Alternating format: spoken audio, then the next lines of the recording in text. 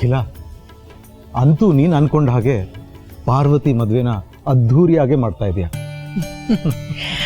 ರಘು, ನಿಮ್ ಸಹಕಾರ ಇಲ್ಲದೆ ಇದೆಲ್ಲ ಸಾಧ್ಯ ಆಗ್ತಿತ್ತ? ವರುಣ್ ಕರ್ಕ ಬನ್ನಿ, ಶಾಸ್ತ್ರ ಶುರು ಮಾಡೋಣ. ಆದಿ, ಹಾಮ ಹರೀಶ್ನ ಬರಕ್ ಹೇಳಪ್ಪ. ಸರಿ.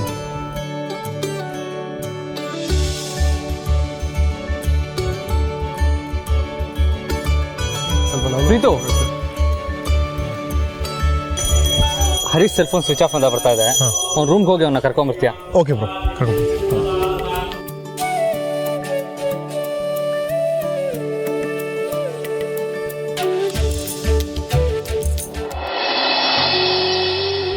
ಹೆಣ್ಣಿಗೆ ಬದುಕಿನ ತಿರುವುಗಳಲ್ಲಿ ಸಾಗೋದು ಗೊತ್ತಿರುತ್ತೆ, ಕಷ್ಟಗಳಲ್ಲಿ ಹೇಗೋ ಶಕ್ತಿಯೂ ಇರುತ್ತೆ.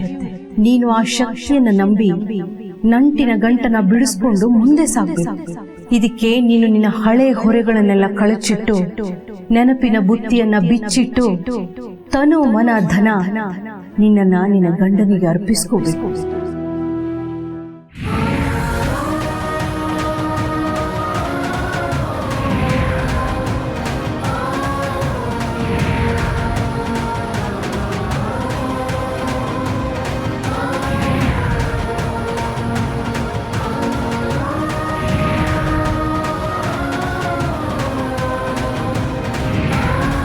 ಸಾವಿತ್ರಕ್ಕ ಹೇಳಿದ್ ಸರಿಯಾಗೇ ಇದೆ.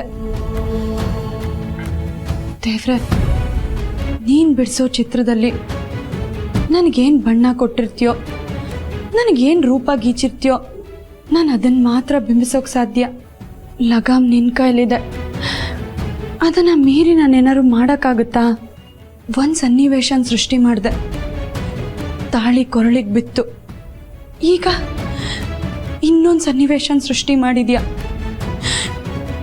ತಾಳಿನ ಕುತ್ತಿಗೆಯಿಂದ ಹೊರಗೆ ತೆಗೆಯೋ ಸಮಯ ಬಂದಿದೆ. ನಿನ್ನ ಸನ್ನಿವೇಶಗಳ ಪ್ರಕಾರ ನಾವು ಆಡೋ ಗೊಂಬೆಗಳಷ್ಟೆ. ಕೊರಳಲ್ಲಿ ಮಂಗಳಸೂತ್ರ ನೇತಾಡ್ತಿದ್ದಾಗ ಮನಸ್ಸಿಗೊಂಥರ ನೆಮ್ಮದಿ, ಏನೋ ಆನಂದ. ಆದರೆ ಈಗ ಇದನ್ನು ಕಳ್ಚಿಡ್ಬೇಕು ಅಂದರೆ ತುಂಬ ಸಂಕಟ ಆಗ್ತಿದೆ, ತುಂಬ ನೋವಾಗ್ತಿದೆ. ನನಗೋಸ್ಕರ ಒಂದು ಜೀವ ಅಲ್ಲಿ ಕಾಯ್ತಿರುವಾಗ ಈ ತಳಮಳ ಒಳ್ಳೇದಲ್ಲ.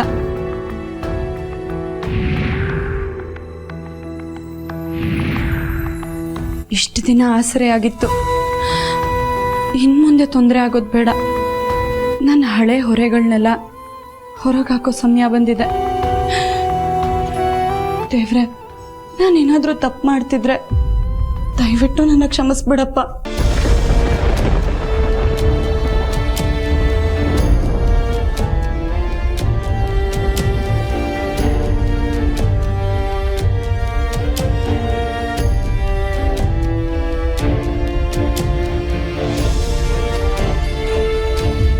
ಹರೀಶ್ ರೆಡಿ ನಾ? ಎಲ್ಲ ವೇಟ್ ಮಾಡ್ತಿದ್ದಾರೆ.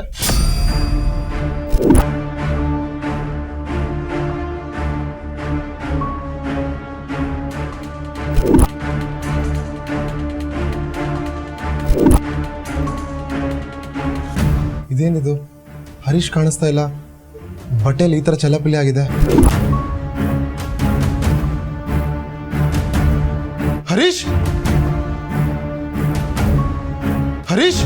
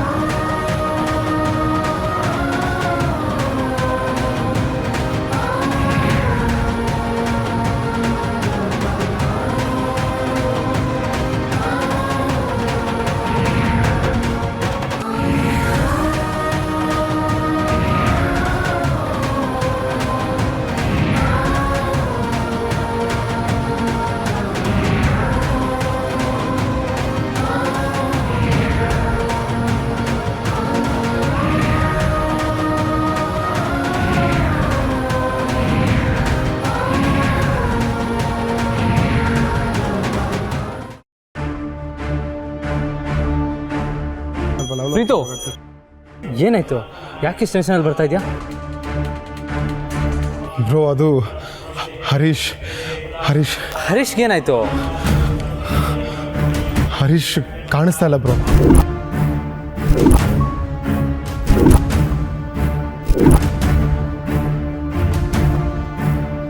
ಅಖಿಲ ಗಾಬರಿ ಆಗೋದು ಬೇಡ.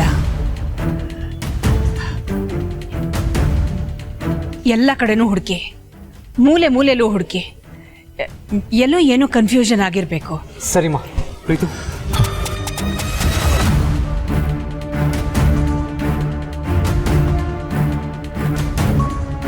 ಪಾರ್ವತಿ, ಪಾರ್ವತಿ,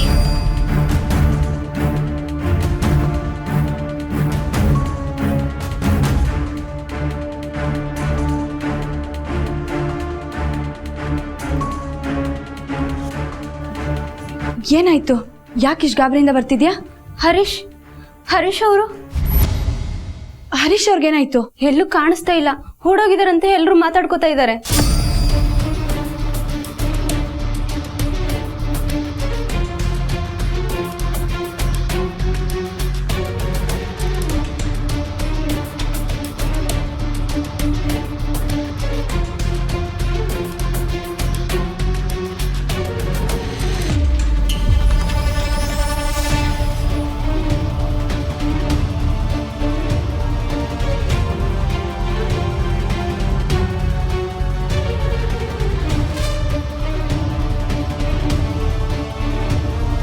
ಅಮ್ಮ, ಹರೀಶ್ ಎಲ್ಲೂ ಕಾಣಿಸ್ತಾ ಇಲ್ಲ.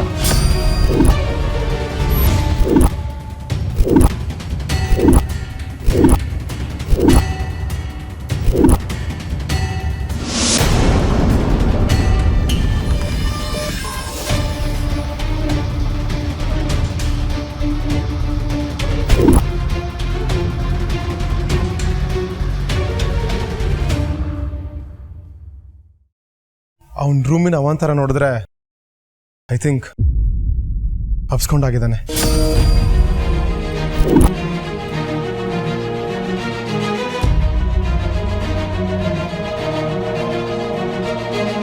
ಏನು? ನಾನೇ ಖುದ್ದಾಗಿ ನಿಂತು ಪ್ರೀತಿಯಿಂದ ಏರ್ಪಾಟ್ ಮಾಡಿರೋ ಮದುವೆಯಿಂದ ಹರೀಶ್ ಅಪ್ಸ್ಕೊಂಡಾಗಿದ್ದಾನ?